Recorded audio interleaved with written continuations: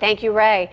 Now, the front could bring strong winds and colder temperatures to the Pittsburgh area, and crews are taking steps to prepare for any potential damage. John Shumway's live with a look at their plans. John. Yeah, and right on cue, the winds are starting to pick up out here. And I will tell you that anybody who was without power during that last storm for 4 or 5 days, this is not good news. There is a very high probability somebody's going to lose a tree tonight, and digital clocks are going to go dark or start blinking 12. It's been barely 2 weeks since the last major storm wiped out power to 250,000 customers in western Pennsylvania. And now comes the sideswipe of the bomb cyclone, pushing that frontal system up our front sidewalk. We're still looking at wind gusts of 45 to 55 miles an hour in the overnight hours. That has the power crew's attention. We are bringing in probably going to have a full complement of troubleshooters. Those are folks that work overnight, and they'll often have trucks at home with them, so they can go straight out to the locations of damage.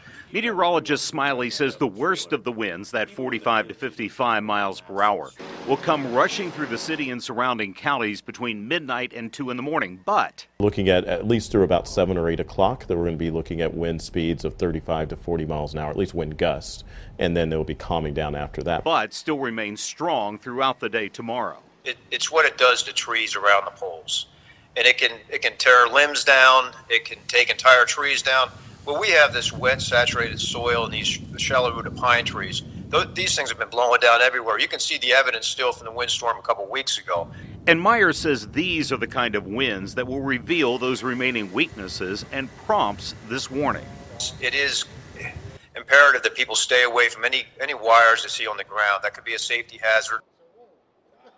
Yeah, because there's just no way to know exactly what kind of a wire that is. The good news is this is all coming on a Thursday night into Friday morning, so we have a regular work day tomorrow. You're going to have full crews on for all the utilities, and any outages, hopefully they'll be able to resolve rather quickly. But the highest of these winds are definitely going to be in the Laurel Highlands, and we'll have more on that coming up new at 6 o'clock. For now, live in Woods Run, John Shumway, KDKA News.